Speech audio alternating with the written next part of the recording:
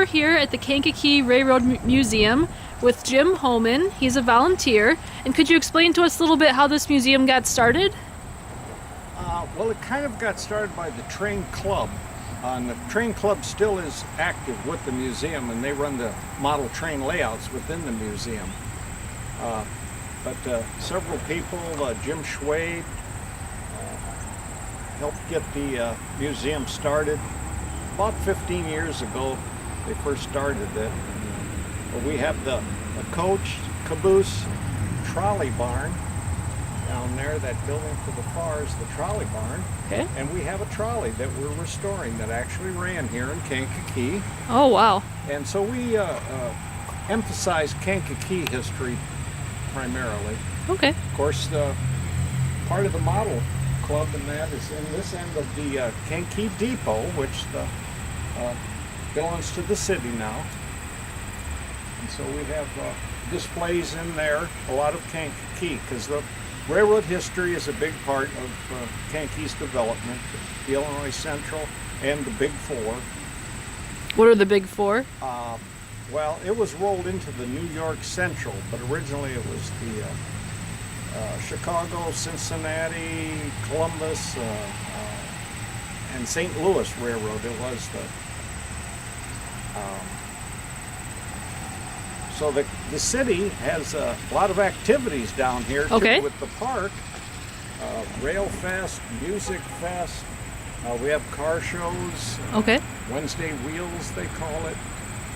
So they use the facilities here quite a bit. And when is the museum open? The museum is open 11 to 4, Friday, Saturday, and Sunday. Okay, awesome. Should we take a look and see? Absolutely. Awesome.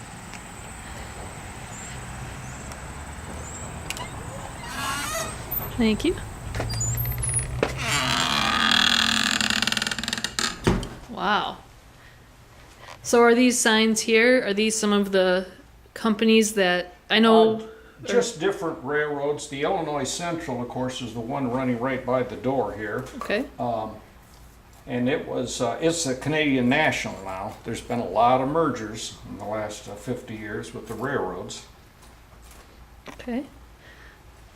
We have a lot of local pictures, of course, and primarily the Illinois Central we emphasize a great deal, and since we're in the depot here and everything.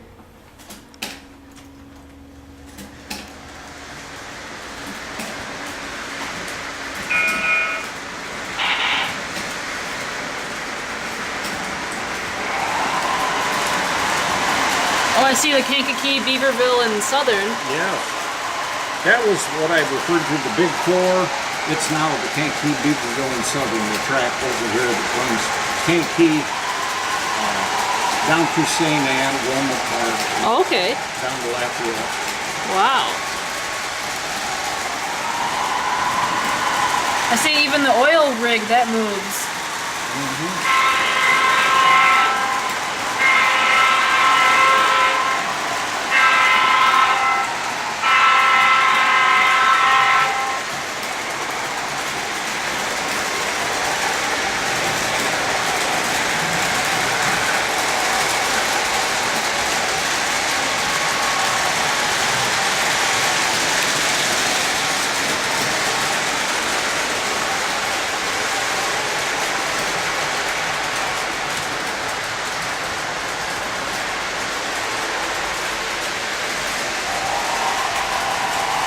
Wow. This is kind of small to me, but we have two people, Terry Fleischman and Don Leslie, working on this, but Terry's done a lot of work on here.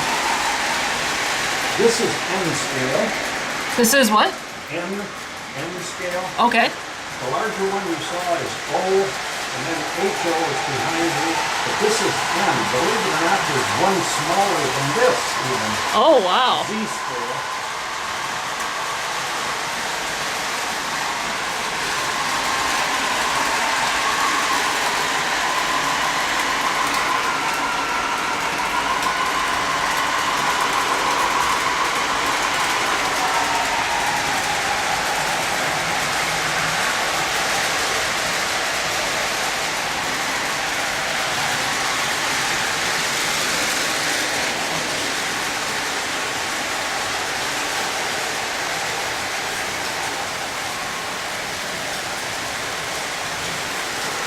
they can do with the technology, the small little lights and things are really amazing. Oh, yeah.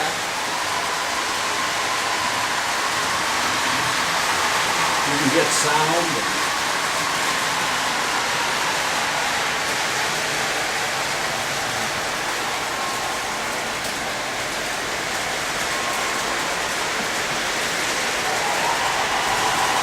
That's awesome.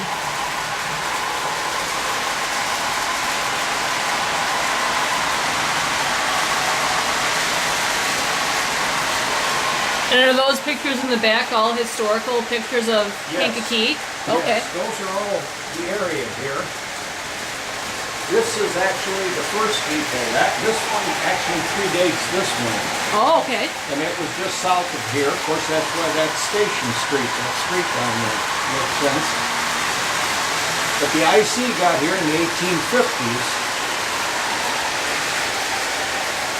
And this is a picture of the depot that we're in now. This is looking from the south to the north, and you can see the Railway Express office, which is just south of here.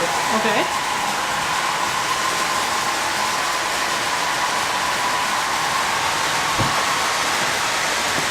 Now this is East Avenue over here, and this would be the depot up here. This freight house used to be located over there, and this was Station Street. Okay. This is East Avenue again, which at the turn of the century was the heart of town. Okay. It eventually shifted up to Court Street, but if you look closely in this picture, you can see tracks here. And this is on that side of the depot. So this, as you can see, that's a trolley. Oh, wow. That's our trolley. That's not the one we're restoring, but it's very similar. So that was a trolley going through Kankakee? Yes, yes. There was two different trolley lines. Very elaborate trolley system all over town. That's sort of incredible that back then they had even more public transit than we have now. Oh, yes, yeah. It was an elaborate system. Wow. You could go all the way from what's now Shapiro on the other side of the river. Kankakee State Hospital 50 years ago was huge, very large institution. And you could go all the way on the North Kankakee and go to what's now Olivet. Oh, wow. What was it powered by? Electricity. Wow. Electric wires, and you would have to pick it up. Okay. Electric power. So on people... rails, they have rails through the street. Okay. You still find, once in a while, if they're doing construction, you'll find a piece of rail under the brick. You get down to the brick pavement. A lot of it they just paved over. Why did when cars became more available, that sort of... The small town trolleys in the Midwest, and they were common, much commoner than we realized at the turn of the century. But here, from the 1880s till the 1930s, most of the small towns failed in the Depression. It lasted so long, people didn't have, 2 cents or a nickel to ride a trolley. And so they went out a bit. You had buses becoming widely available, late 30s. So that was kind of a 1-2 punch for them. The large cities lasted longer, but the small town trolleys pretty much disappeared in the late 30s. Oh, wow, that's interesting.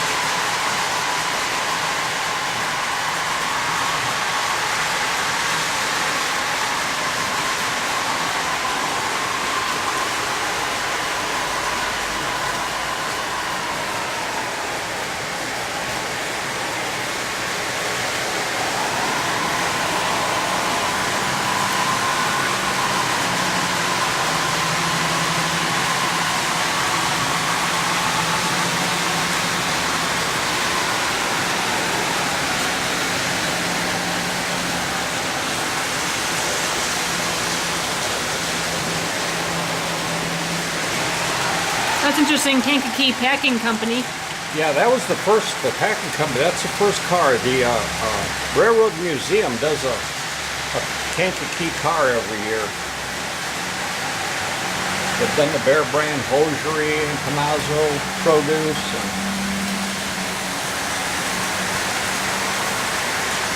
kind of a fundraiser. Oh, okay.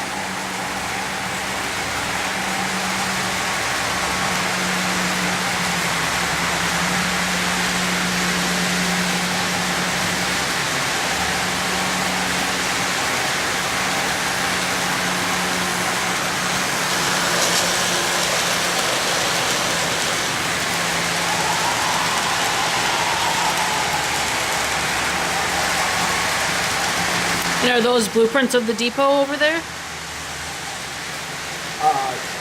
Yes. Or just to your right? Or... Yeah, not this one. This Oh. is the mainline trackage up on the CSX out of Oh. Chicago there, that particular one. But there is a picture of the depot Oh, cool. on the wall over there too.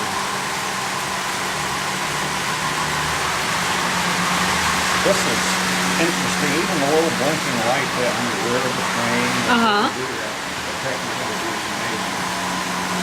Wow.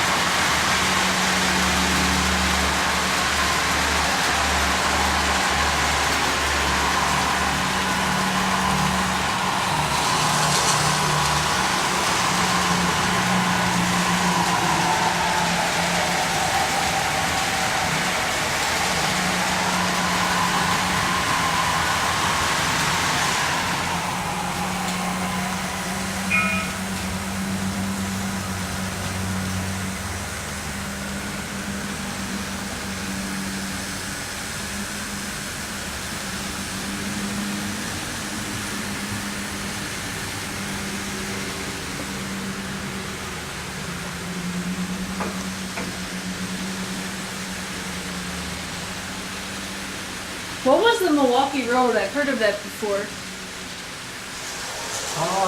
Yeah, that was a large, it ran, of course, based in Milwaukee, ran all the way to Seattle.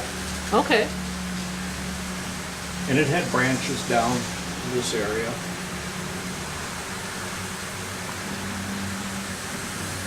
One branch they had was just on the other side of Moments. It's abandoned now. Oh, okay.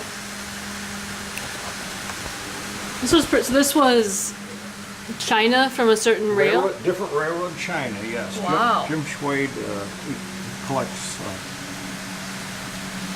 railroad China. And there's a few pieces that have been donated to the museum, different people.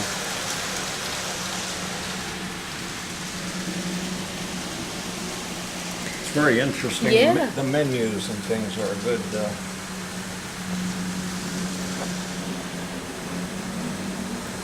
I used to take the Hiawatha I went to school in Milwaukee, so I would Well, take the train. I didn't actually elaborate, but Jim is from Milwaukee, Oh. so that may explain his Milwaukee Road fondness. Wow. Now the Super Chief, they went to LA or? Yes. Okay. That's the Santa Fe, Chicago to Los Angeles. Kind of swung down south, Kansas City, and Wow. northern Arizona, and that swings south a little bit, New Mexico, Arizona.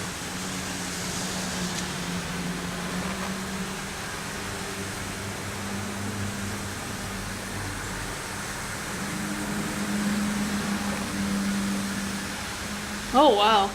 Is this old? Oh wow, that even says Kankakee. Yes, those tickets are out of that I referred to the Big Four depot, or near Central Depot, which was over on the north side of town. This is kind of a wall. This is actually out of the depot. That was saved for us by Bob Wow. Bossert, who was an operator over there for years.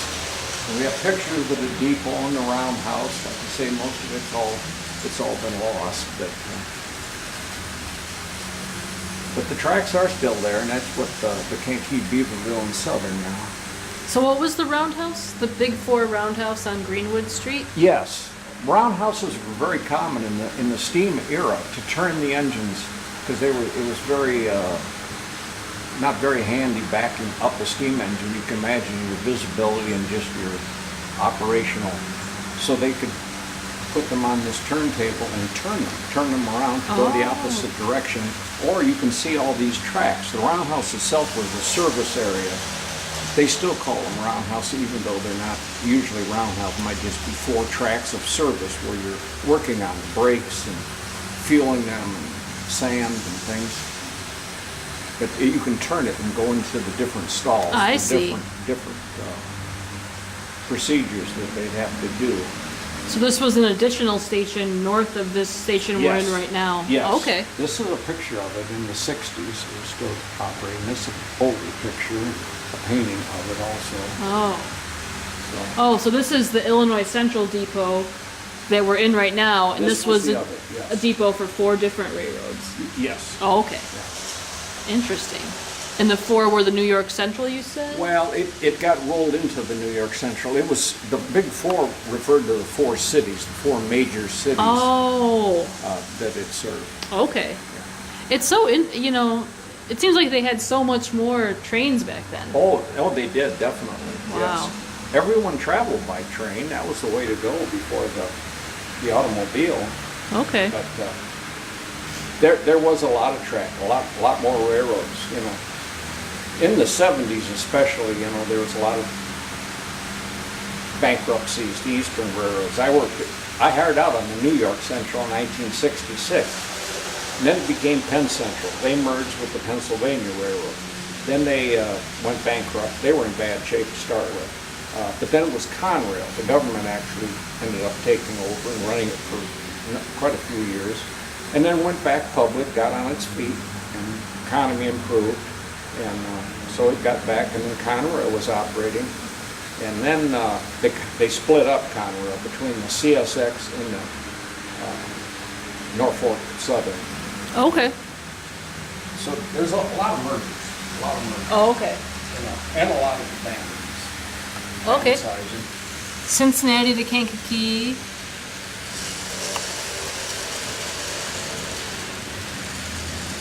Huh.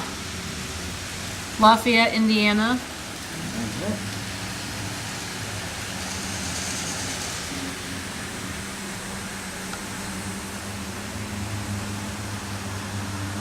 Huh.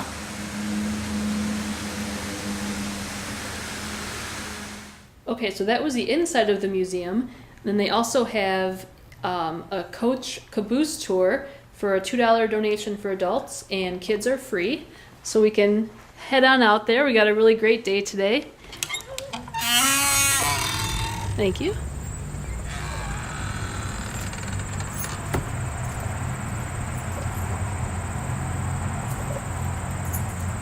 That's cool, the sign with the different mileage numbers. Yeah, that's our coach. It was built in 1947, originally by Pullman. The Pullman district in Chicago is very interesting. A lot of history there. Mm-hmm. So this was a coach built for the Illinois Central? No, it was built for the Santa Fe originally. Oh, okay. Originally for the Santa Fe until Amtrak took over. Amtrak took over in the 70s and kind of pooled a lot of the equipment, so it could have got around the east then, but originally it was going west, which was a multi-day trip, Chicago to California. Okay. This is our caboose. This is a pretty late caboose, late 60s caboose. By the 70s, they started, the technology was starting to enable them to plan on getting rid of it.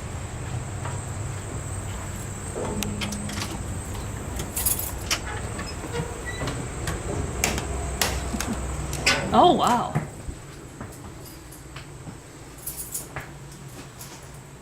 This is the original stove. It burned fuel oil. That's your fuel tank. Okay.